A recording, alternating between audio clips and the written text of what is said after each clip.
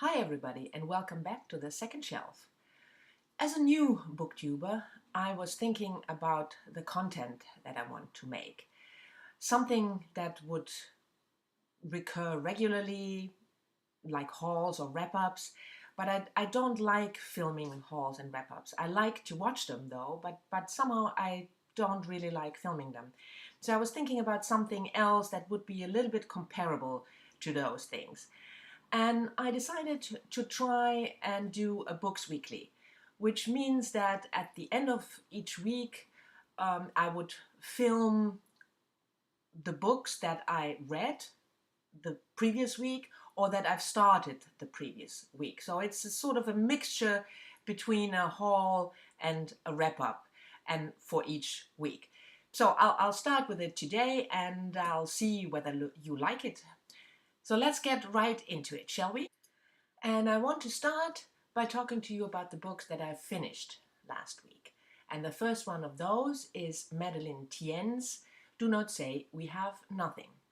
Madeleine Thien is a contemporary Chinese-Canadian author, and her book Do Not Say We Have Nothing was longlisted for the Man Booker Prize this year. If you are interested, I will leave a link to the complete list of the Man Booker down below in the info box. The novel starts in 1990 and follows Marie, main character, a 10-year-old girl then in 1990, who lives with her mother in Canada. Her father has left the family the year before and he went to Hong Kong and committed suicide. Her mother and Marie invite a guest, Ai Ming, who fled China after the Tiananmen Square protests. And the story unfolds, on one level, it's the relationship between Marie and Ai Ming, who is about 10 years older than Marie.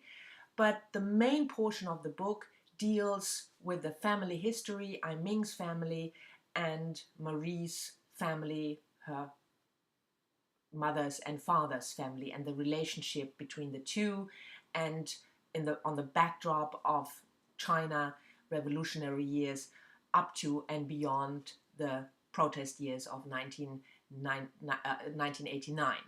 So that sounded really interesting and I was looking forward to reading this book. But I have to say I didn't like it very much, which is a shame. And that was mainly due to the writing. I did not enjoy the writing. I thought it was quite bad and muddled at times.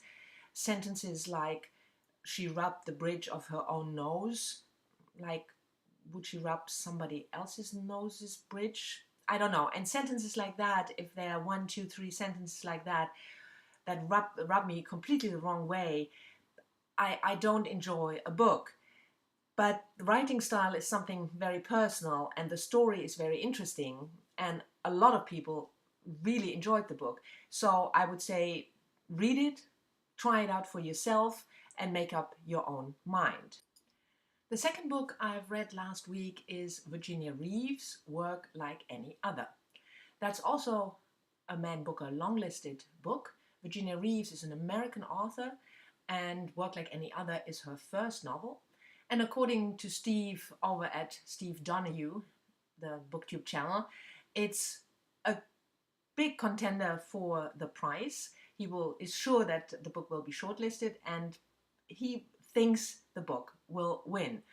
I will leave a link to Steve's video about the Man Booker Longlist down below. You should definitely check out his channel. If you are not already subscribing to his channel, you should. He is hilarious. He knows lots and lots and lots about books, but he's also very straightforward, opinionated. I disagree with him a lot of times, but in a good way, and he's just fun to watch and you will discover books you probably have never heard of, so you should check out his channel. But anyway, Reeves' novel, back to that. The novel is set in 1920s Alabama and focuses around Roscoe and his wife Marie. They own a farm. They inherited the farm from Marie's father, and the farm is not doing well. So Roscoe decides to illegally tap into the electricity lines. That works out well in the beginning. The farm prospers, but one of the electricity workers dies in an accident because of Roscoe's illegal tapping, and Roscoe is sent to prison for 10 years. The novel then shows Roscoe's life in prison, but also it shows the way the accident, the death of the electricity worker impacts Roscoe's life, not only because he's sent to prison, but also the relationship between him and Marie, what happens to the marriage, the friend of Roscoe who helped him, who's also sent to prison.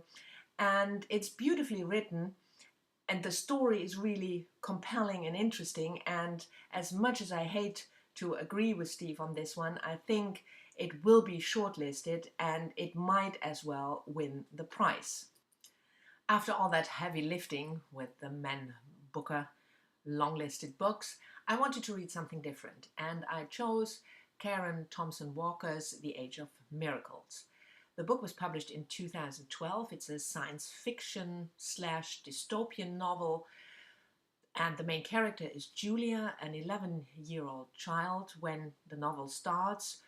And the premise of the book is really interesting, I thought. It's the slowing down of the Earth's rotation. So the nights get longer and longer, the days get longer and longer. In the end, it's 60 hours, 80-hour days, 80-hour nights.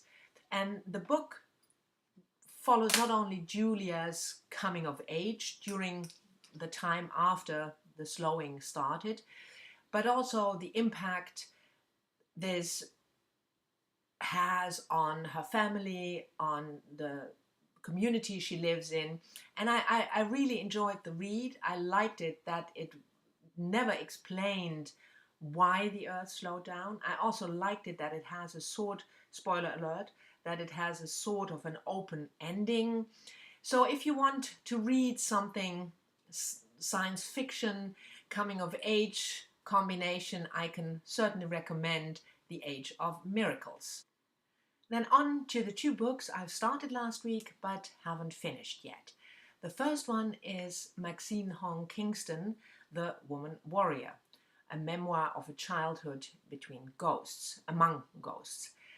Maxine Hong Kingston was born in 1940. She's a Chinese-American author, and her memoir is a collection of stories about her childhood, about what it means to be a Chinese immigrant in the US, but also what it means to be a female, a young girl in a Chinese community in the US. The 5 stories are, I've read 2 so far, so I have 3 still to go, and I really enjoyed it. It's a little bit a mixture of mystery and ghost stories and childhood memories, and it's a really compelling read. And by the way, I read this book for another book club on Goodreads. Is the Feminist Orchestra book club run by Jean's from Jean's Bookish Thoughts, I have to say. I will leave a link to the book club down below and also to Jean's channel. Come join us in the book club. It's a really interesting club. We read feminist literature and discuss it. So if you're interested in those kind of books, please come and join us. And the last book I want to talk to you about is Susan Sontag, As Consciousness is Harnessed to Flesh. Susan Sontag is one of my favorite authors. She lived from 1933 until 2004.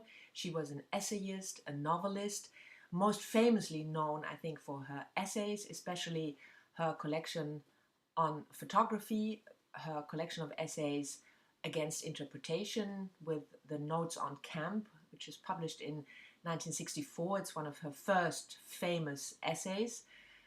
A book about illness as a metaphor. She's a really, really interesting writer, woman.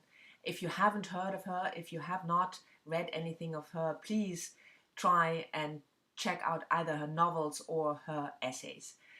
The book I'm currently reading, As Consciousness is Harnessed to Flesh, is the second part of her diaries from the mid-60s until 1980. The first part is called Reborn, about her earlier life, her childhood and youth. The diary is edited by her son David, and it's just wonderful. If you like to read diaries like I do, it's a wonderful book. It's not a diary in the sense that it tells you day by day or week by week what happened, but it's more snippets of thoughts, books she read, relationships she was in, the way she struggles with her writing.